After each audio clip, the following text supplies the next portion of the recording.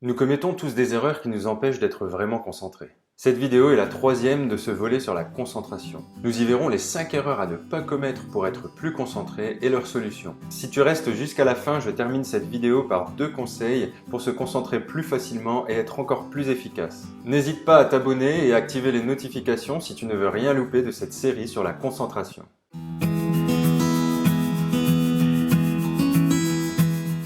Dans la vidéo précédente, nous avons vu que notre concentration varie involontairement selon notre état mental et selon notre environnement. L'intérêt était alors de se créer du mieux que l'on peut un espace de travail adapté, propice à la concentration, qui limitera les distractions externes. De la même manière, si tu es du genre à laisser facilement ton esprit vagabonder, il est fortement conseillé de noter toutes ces choses qui nous passent par la tête, limitant ainsi les distractions internes pendant le travail. Si nous avons l'impression de pouvoir nous occuper de toutes ces choses plus tard, nous libérons notre cerveau. Nous avons aussi vu que le cerveau se reprogramme facilement avec un système de récompense. C'est pourquoi il est préférable de transformer ce que l'on note comme distraction en récompense pour ce moment de concentration sans interruption. Si c'est quelque chose qui nous fait réellement plaisir, notre cerveau fera alors une association entre le fait de faire un effort de concentration et la récompense reçue après cet effort. En compilant ces informations, j'ai pu t'expliquer la meilleure manière pour rester concentré avec la technique en 3 étapes. Je t'invite à visionner la vidéo si ce n'est pas déjà fait. Dans la vidéo d'aujourd'hui, nous allons poursuivre avec les 5 erreurs à ne pas commettre à l'origine du manque de concentration et leurs solutions. Première erreur, le manque de discipline.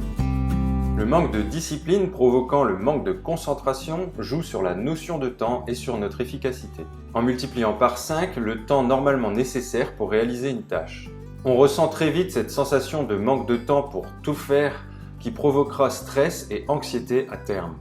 La technique en 3 étapes que nous avons vue, qui gère les distractions et les sessions de travail grâce à la méthode Pomodoro, participe déjà à l'autodiscipline. Si tu continues à regarder cette vidéo, d'autres solutions en rapport avec l'autodiscipline sont évoquées juste après. Deuxième erreur, la fatigue. La fatigue est physiologique et doit être prise en compte si l'on veut réellement être efficace. La solution évidente est d'aller dormir suffisamment tôt pour bénéficier d'une durée de sommeil idéale à la récupération de notre énergie.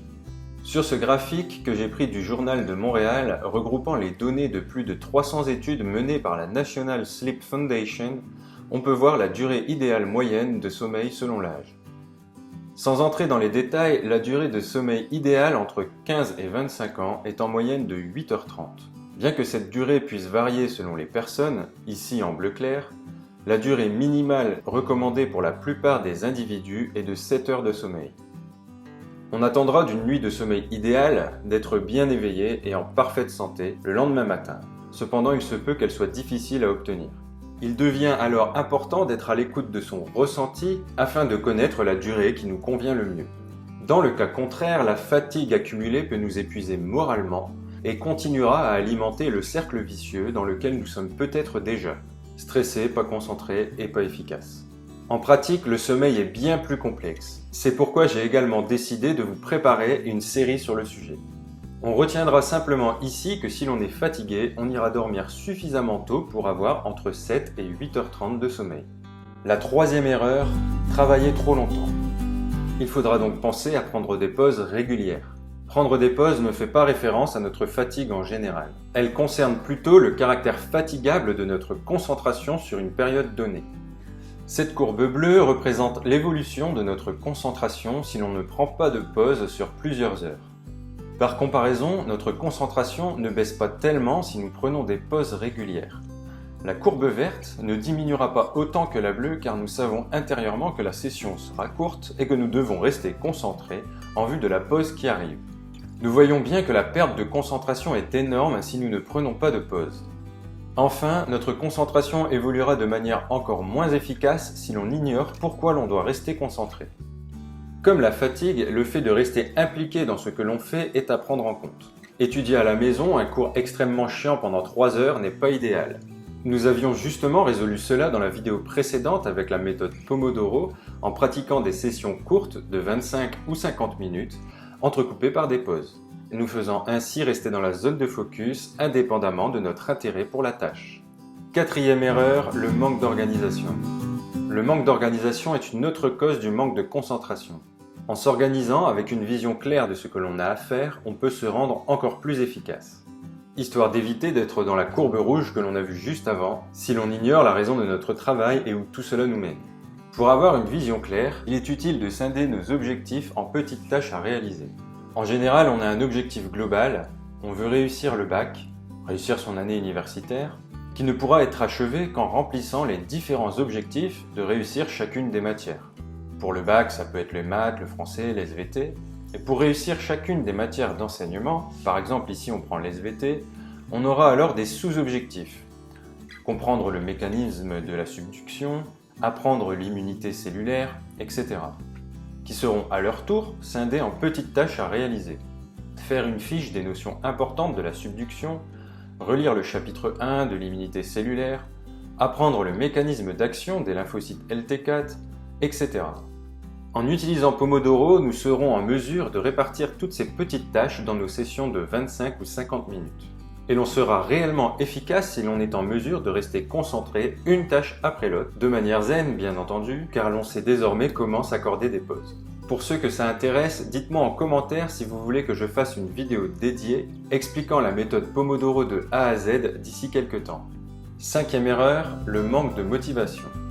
La solution pour le manque de motivation sera d'apprendre à voir ses progrès. Si l'on souhaite apprendre à voir ses progrès pour rester motivé, il y a 2 façons de faire. Tu peux récapituler à la fin de la journée ce que tu as été capable de faire, en prenant un carnet et en notant « aujourd'hui j'ai réussi à faire ceci »,« aujourd'hui j'ai réussi à faire cela », ou même de manière verbale si tenir un carnet t'ennuie. La 2e façon, c'est de rayer les différentes petites tâches après les avoir effectuées lors de tes sessions de travail Pomodoro. Tu peux également cocher tes objectifs lorsque toutes les tâches correspondant à cet objectif ont été réalisées.